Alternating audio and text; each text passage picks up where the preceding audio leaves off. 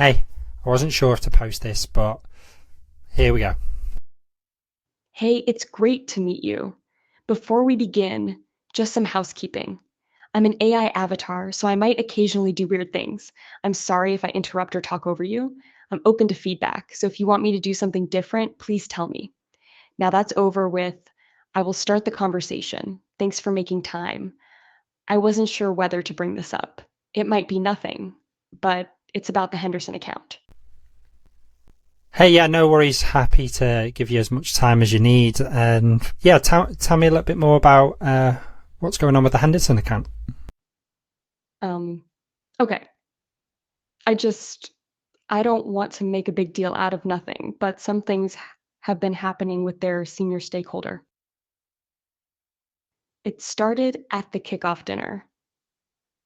He made a few comments that felt off, kind of personal. And since then, it hasn't really stopped.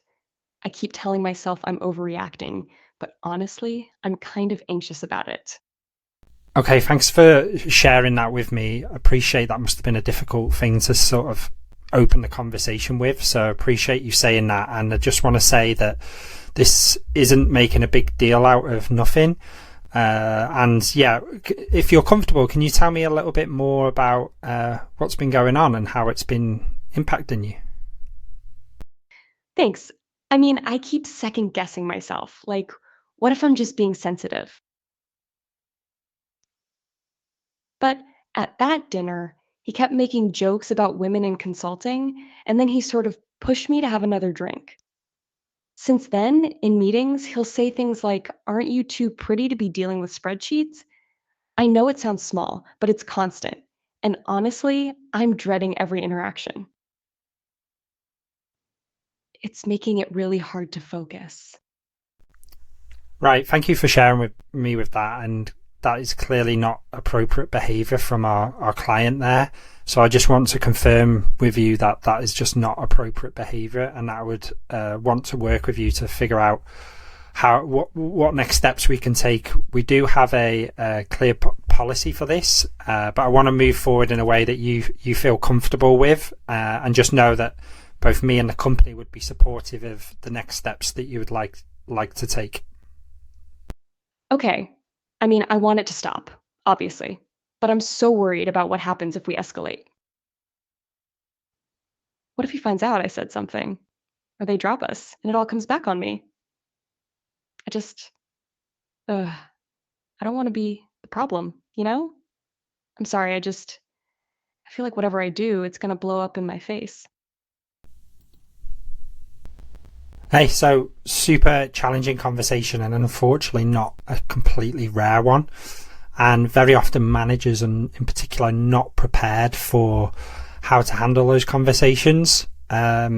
62 out of 100 in that case for me. Certain things I think I could have done better. I try to be as kind of supportive and let the person go at their own pace. And that's probably why I kind of scored well in sort of validating the disclosure with empathy. Something I could have done a bit more about, and I did stutter at this point, was like around like the actions I mentioned around the policy, but I was very conscious of not trying to jump straight to that and sort of validating the person in front of me, whilst at the same time sort of reinforcing that the company and myself would be supportive of them. So yeah, I was a bit unsure actually at that point what I should do there. But this is the whole idea around practicing these really important, difficult, scary and consequential conversations, is that allows you to put the practice in and identify things you could do better. We also got an example policy from the company that we've used to give the feedback on whether I followed the policy or not. And again, with these kind of conversations, managers are in a really tricky situation where they've got to be compassionate, but they've also got to be compliant too. And on the whole, I kind of followed the policy correctly, which is good. But there was a couple of opportunities where I could have done things differently. So yeah, I was kind of hesitating posting this example because it's a really important topic that needs to be done with sort of care and consideration.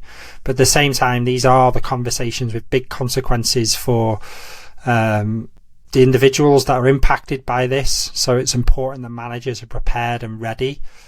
Because like I said, unfortunately, these aren't super rare, and at least in the UK and probably across the globe, the number of harassment disclosures and reports are increasing. So yeah, this is just one way of helping your managers be prepared for those conversations. Rather than giving them a video to watch or a PDF, actually put them in the situation, allow them to experience it, reflect on it, and then identify what they can do different, with our hope being that then the managers will be more prepared when it does happen, and the person that's been impacted would then have the support that they need at that really difficult time.